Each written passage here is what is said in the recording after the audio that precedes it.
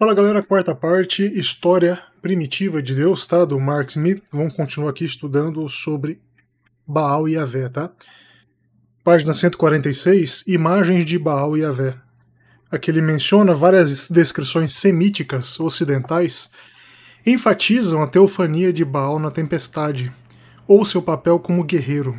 Tempestade e guerreiro, né? Ou seja, a gente já tem aí uma vinculação direta com características já vistas, né? Essas duas dimensões de Baal estão explicitamente ligadas em KTU, etc, etc, bem como em algumas iconografias. Aqui, como fundamentação de iconografia, ele coloca uma cacetada de fontes, que inclusive eu vou anotar aqui porque é interessante a gente depois fazer uma análise dessas iconografias, tá? Cross trata diferentes descrições de Baal como um único Gotung, gênero, com 4 elementos, que aparecem nessas passagens em graus variados. Quais são então esses componentes aqui? A marcha do divino guerreiro, as convulsões da natureza à medida que o guerreiro divino manifesta o seu poder, o retorno do divino guerreiro à sua santa montanha para assumir o reinado divino, e a expressão da voz do divino guerreiro, ou seja, o trovão, vinda de seu palácio fornecendo chuvas que fertilizam a terra, né? Daí a ideia do ciclo de Baal, né? Se você começa a estudar Baal em sua manifestação, você vai ver que a definição do ciclo de Baal enquanto característica do Deus, né? Do Deus Baal. Um material bíblico que ridiculariza outras divindades reserva para Yahvé o poder sobre a tempestade. Aqui a gente já começa as noções de absorção. Descrições bíblicas de Yahvé como Deus da tempestade e guerreiro divino mostram explicitamente essa unidade e esse padrão subjacentes nos Salmos 18. Aqui ele coloca inclusive outras bases bíblicas, Jeremias 10, 11, 16, 14, 22, Amós, 1 Samuel, Jó, Salmos 29, etc, etc, tá? Isaías, e aqui ele coloca que Salmos 29, 1 Reis 19, 2 Esdras, 1 a 4, 13, 1 a 4, dramatizam a progressão meteorológica subjacente na imagem de Yahvé como guerreiro. Todas as 3 passagens pressupõem a imagem da tempestade movendo-se para leste a partir do mar Mediterrâneo para a costa. Em 1 Reis 19 e 2 Esdras 13, 1 a 4, essa força é retratada com características humanas. A procissão do guerreiro divino é acompanhada por um contingente de seres menores divinos, menos divinos, como o Deuteronômio 32, 34, Abacuque 3.5, etc. O antecedente ugarítico de Resef na comitiva de Yahvé em Abacuque 3.5 pode ser KTO 1.82, 1 a 3, que talvez inclua Resef como um guerreiro com Baal relacionado com os Taninim bíblicos. Apesar de o poder de outras deidades marciais no Oriente Médio ser manifesto na tempestade, ele cita aqui Amun, Ningirsu, Ninurta, Marduk, Adu, Haddad. A proximidade de terminologia e de imagens entre o Ugarit e a evidência bíblica aponta para uma influência cultural nativa sobre as descrições meteorológicas de Yahvé.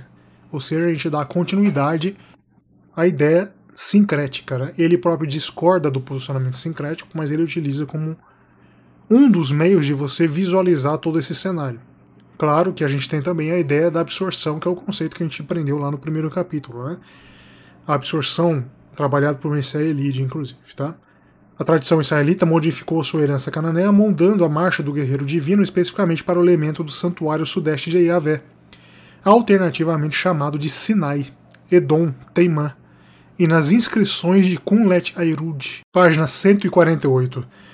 A noção de Baal a bordo de uma carruagem de guerra alada, e aqui a gente retorna lá, inclusive, aquela imagem que eu coloquei no vídeo anterior sobre o deus Javé, está implícita em MDL, Medil, um elemento na comitiva meteorológica de Baal em KTU 1.5. O Salmo 77:19 refere-se às rodas na teofania da tempestade de Yahvé, o que pressupõe uma carruagem de guerra divinal.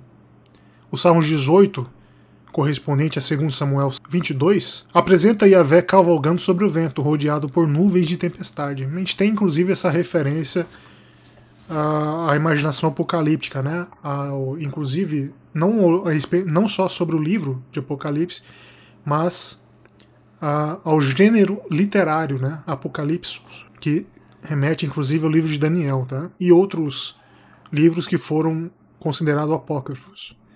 Essa imagem forma a base de uma descrição de carruagem divina em Ezequiel 1 e 10. Da mesma forma, e Salmos, né? Da mesma forma pressupõe a imagem da carruagem tempestade.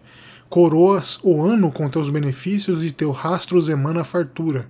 Rastro do quê? Das rodas que deixam os rastros e a fartura como consequência. Similarmente, a carruagem da tempestade de Yahvé é a imagem presumida em Abacuque 3, 8 e 15. E aqui, entre aspas, porque ele está citando o texto bíblico. Foi a tua ira contra os rios, ó Yahvé? Foi tua cólera contra os rios, ou tua indignação contra o mar? Quando cavalgaste sobre os teus cavalos em tua carruagem da vitória, pisaste o mar com os teus cavalos, o turbilhão das águas poderosas. Aí ele continua, a descrição dos cavalos de Yahvé encaixa-se no contexto maior da tempestade teofânica dirigida contra os inimigos cósmicos, mar e rio. Página 149, outras características originalmente conferidas a Baal também foram atribuídas a Yahvé. Albright e outros estudiosos, ele cita aqui a bibliografia, argumentaram que o epíteto Li, o Altíssimo, pertence a Baal nos textos lugaríticos. Aparece como um título de Yahvé em 1 Samuel 2,10, etc, etc. No hipocorístico bíblico Eli, no nome do sacerdote de Siló e as amostras da inscrição dos nomes pessoais hebreus. Yahu é o Altíssimo, Yal é o Altíssimo, Altíssimo e Yahu, o Altíssimo e Yal. Ou seja, o Altíssimo, enquanto elemento que era atribuído inicialmente a Baal, agora absorvido as características de exaltação em Yahvé. A iconografia do touro de Jeroboão I patrocinou em Dan e Betel, que é Jeroboão, retornando aqui, tá? A iconografia de touro que Jeroboão I patrocinou em Dan e Betel, 1 Reis de 12, 28 a 31, tem sido atribuída à influência de Baal no Reino do Norte. Aqui é a ideia sincrética. Eu não vejo como afastar a ideia de sincretismo, tá? Essa imagem representava uma antiga tradição setentrional de iconografia divina para Yahvé, usada provavelmente como um símbolo rival da tradicional iconografia real dos querubins no Templo de Jerusalém. De novo, aquela ideia dos querubins que protege os mortais da glória emanada, né?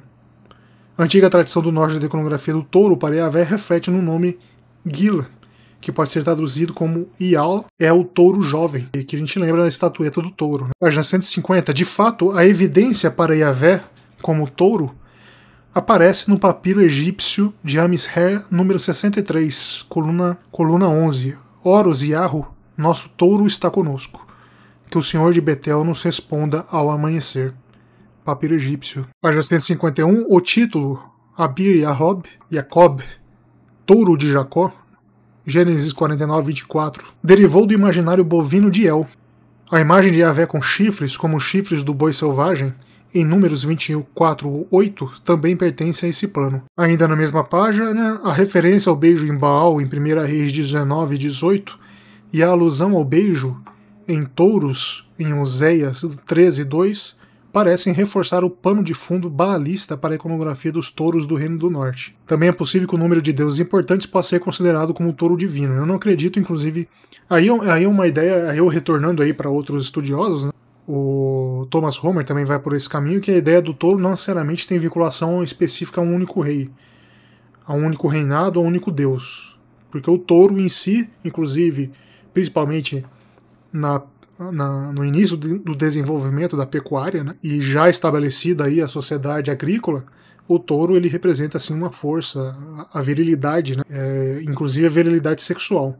O touro tem sim uma indicação muito forte da virilidade sexual. Ele chega inclusive a conclusão similar, né? Apesar da evidência para a atribuição de touro a Baal no primeiro milênio, uma solução retrospectiva que tente rastrear as imagens relacionadas especificamente a El ou Baal pode não ser aplicável. B. Walter argumenta que touro não significa mais do que um chefe macho, um ponto talvez apoiado para o uso secular do termo.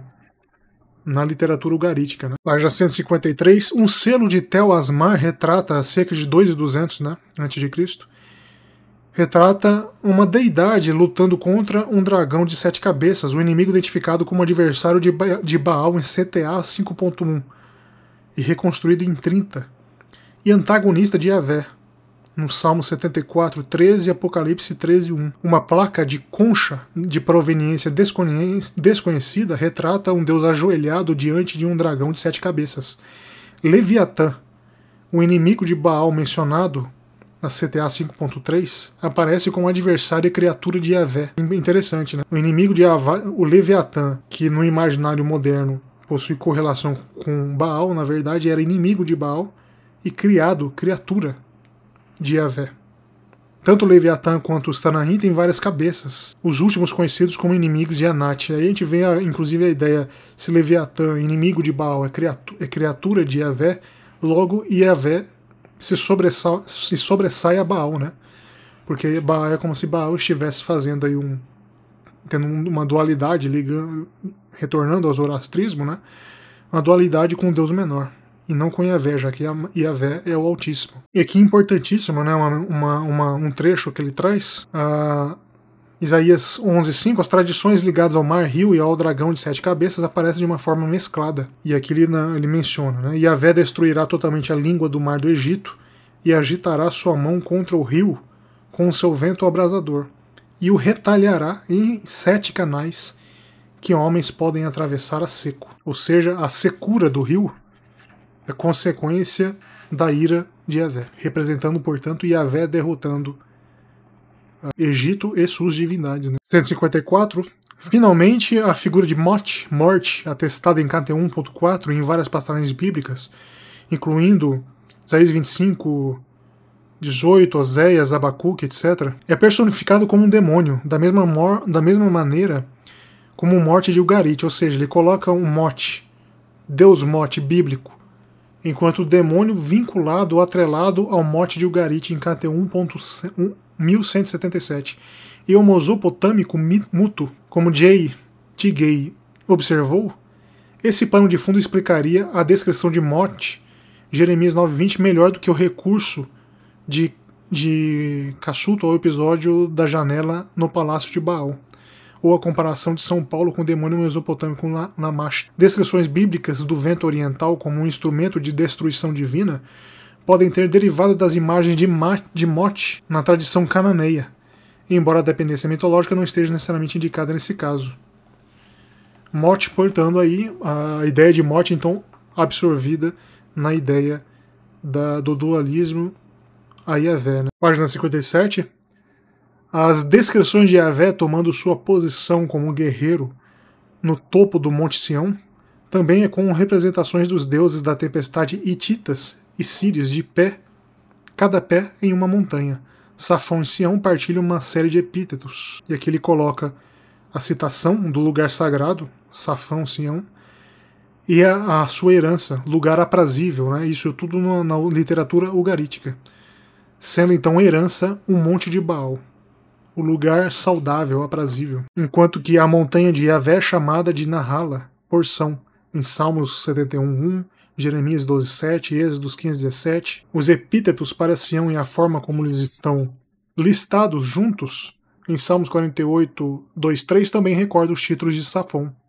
Ou seja, sincretismo aí entre a literatura ugarítica e a literatura israelita, hebraica. Que ele finaliza, a página 158, em suma, os motivos associados a Baal na literatura cananeia são amplamente manifestos na religião israelita.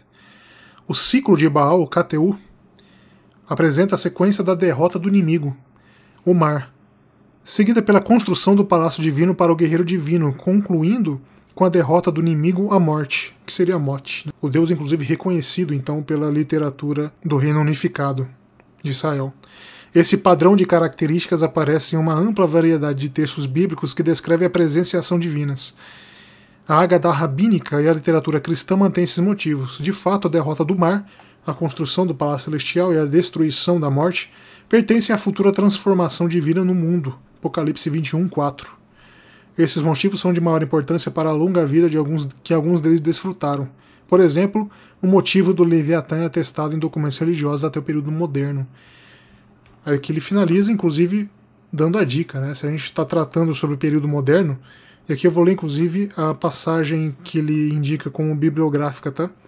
Na tradição rabínica, Leviatã foi identificado como um peixe grande, como em 2 Baruch 29:48, fontes rabínicas posteriores mencionam o Leviatã como alimento para os justos no banquete messiânico.